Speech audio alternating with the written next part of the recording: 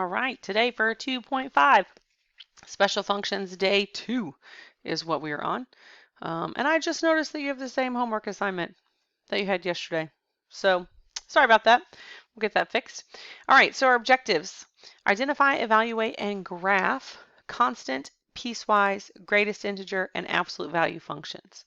Well, we did the constant and the piecewise in 2.5 day 1. So we're going to focus on the greatest integer and the absolute value functions today.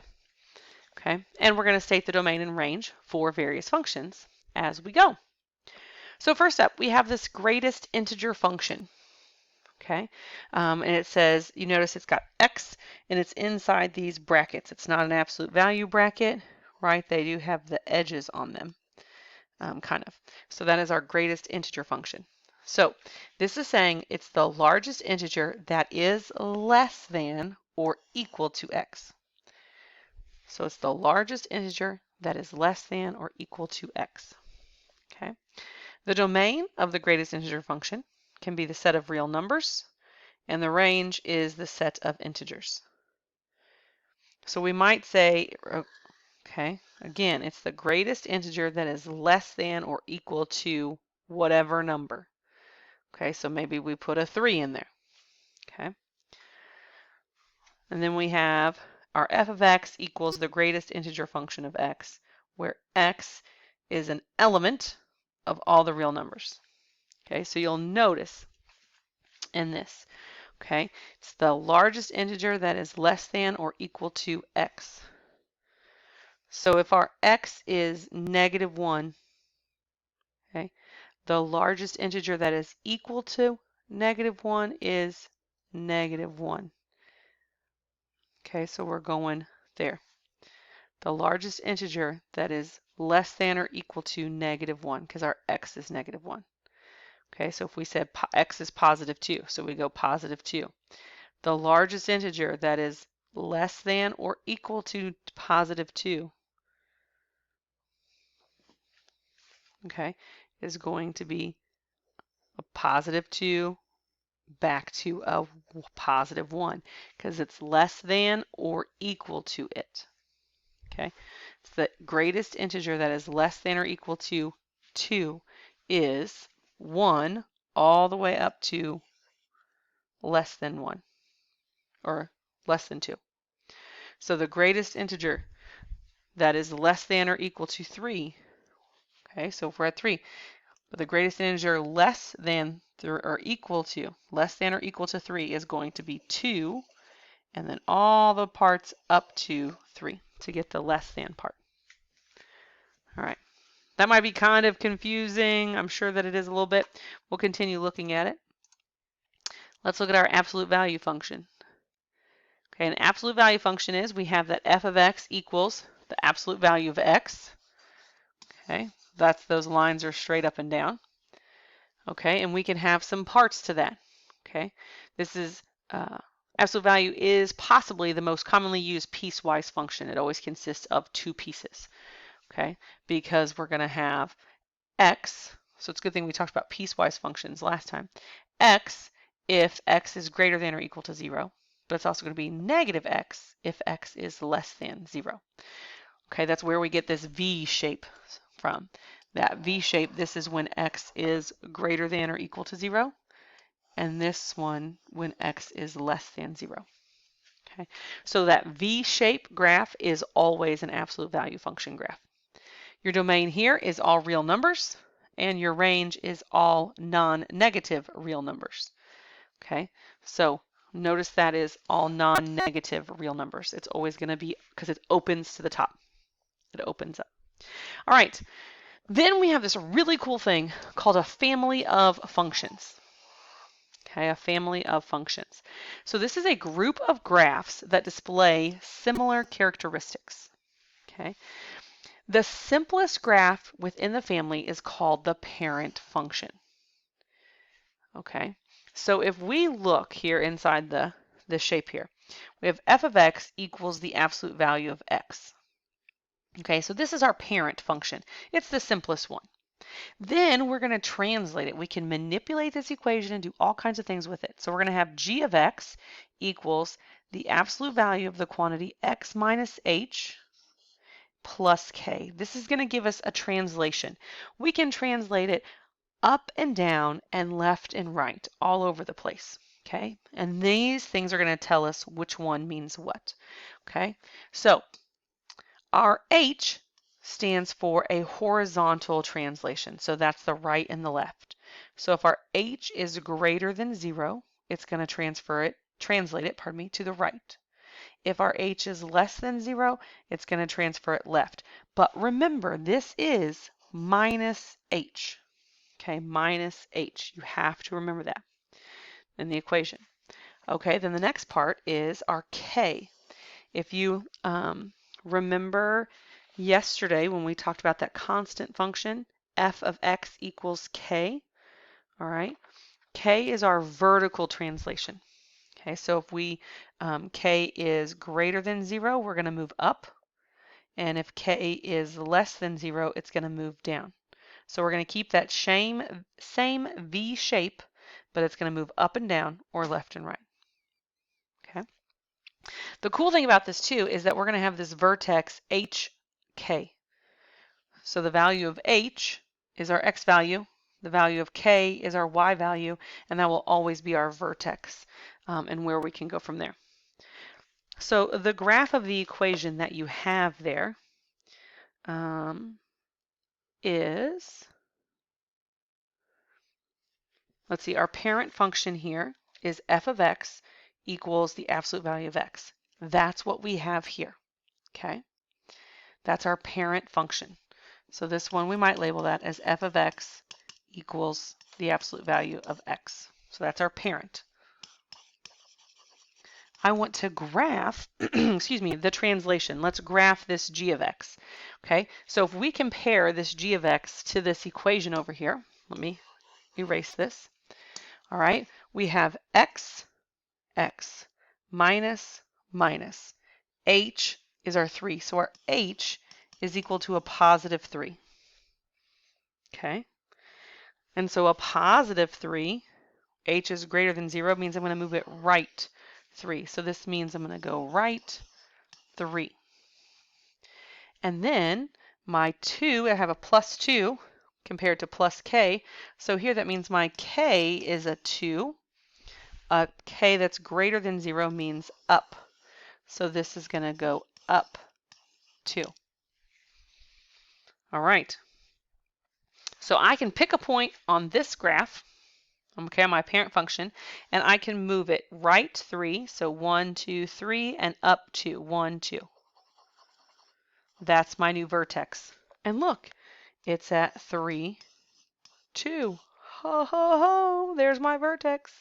Okay, but anyway, I can pick any point that I want. So say I want to do this one. I think it falls, yeah, it falls right on the line. So I could pick this point and go right 3, 1, 2, 3, and up to 1, 2. Okay, I could pick this line, go right 3, 1, 2, 3, and up to 1, 2. All right, and so I can draw my new absolute value equation. And my lines aren't super great, but it is there nonetheless. Okay, so my parent function versus my g of x. F of x, the parent, versus the translation, that's g of x. And I'll just label it g of x, and that's okay. All right, so some really cool stuff can be done, but you will have to memorize this equation and what each of those things means. Okay, so let's move on and see what we can do next. All right, example 5, because again, this is a continuation from yesterday's lesson. So we're at example 5. We want to graph each function, then compare each graph to the basic absolute value, or the parent function. Okay, that parent function is always f of x, g of x, h of x, it doesn't matter. So this one's going to be g of x equals the absolute value of x. All right, so let's plug in what we've got here. we're going to plug in -4 for x. So the absolute value of -4 is 4 plus 3.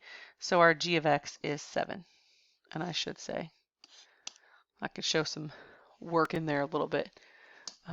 Might be helpful for you. Just maybe, you know. All right, so the absolute value of -4 plus 3 equals 4 plus 3, so 7. Then we have the absolute value of -2 plus 3. So the absolute value of -2 is 2. 2 plus 3 is 5.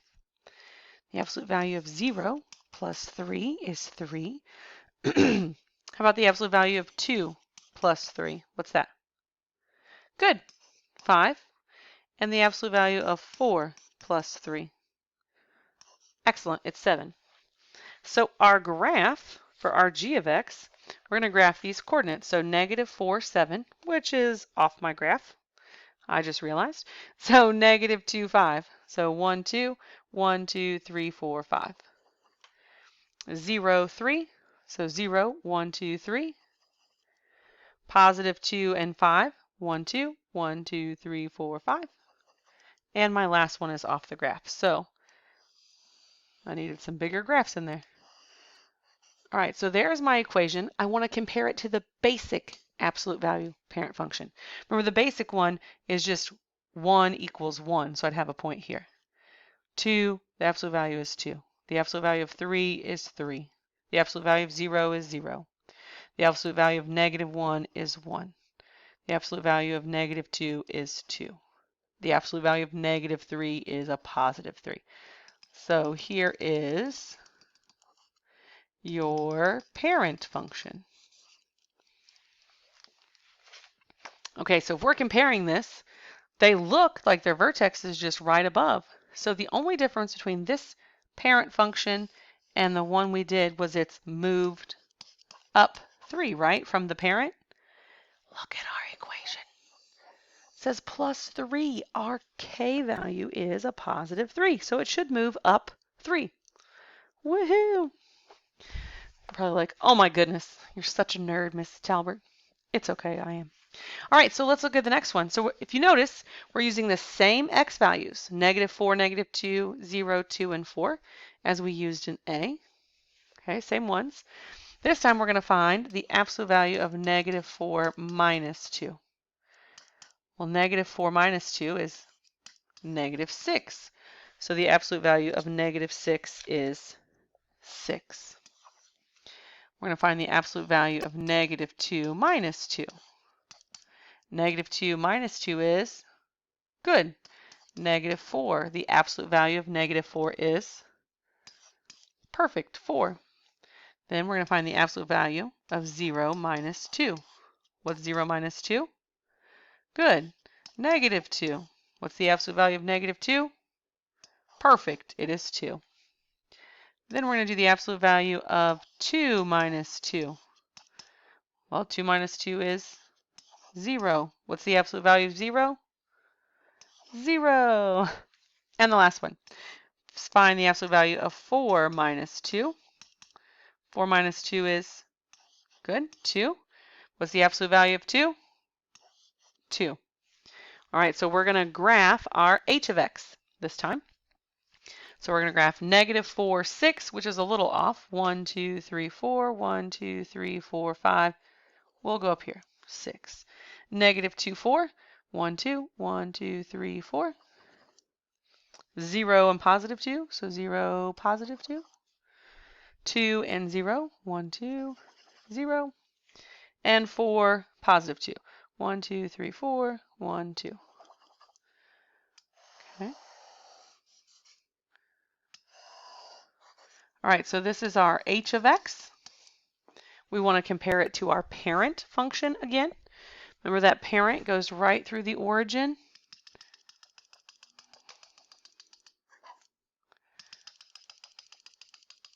To graph it, so that's our f of x, we would say, or our parent function. And what is different between the parent and the translation? Right, they share the vertex is both on the x-axis. It's just 2 to the right.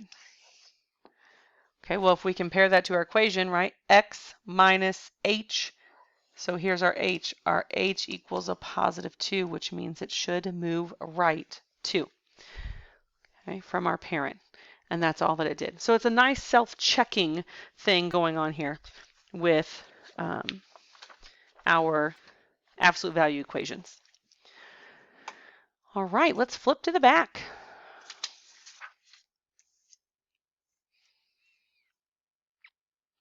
All right, so on example 6, we're going to write a function rule, g of x, describing the graph. Okay, first of all, you have to remember that g of x is equal to the absolute value of x minus h plus k. H is horizontal and k is your vertical. That's an E. All right, so the thing to do, compare this to your parent function.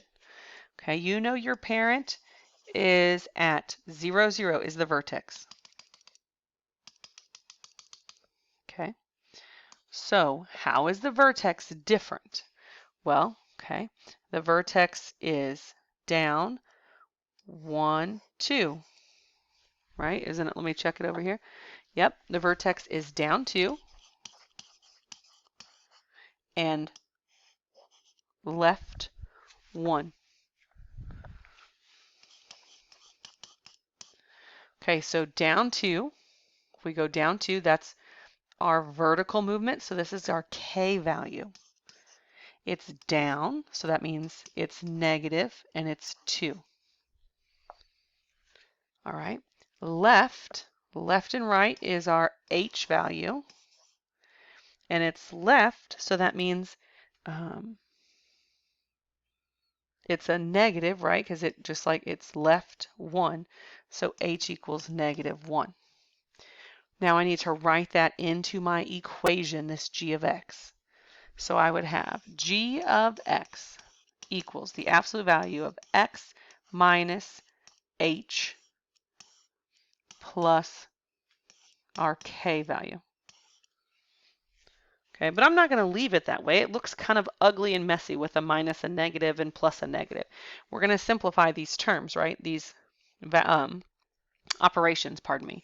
So we would simplify this to say g of x equals the absolute value of x plus 1, because it's minus a negative is the same thing as plus a positive, plus a negative is the same thing as minus 2. This would be the tidier way to write that.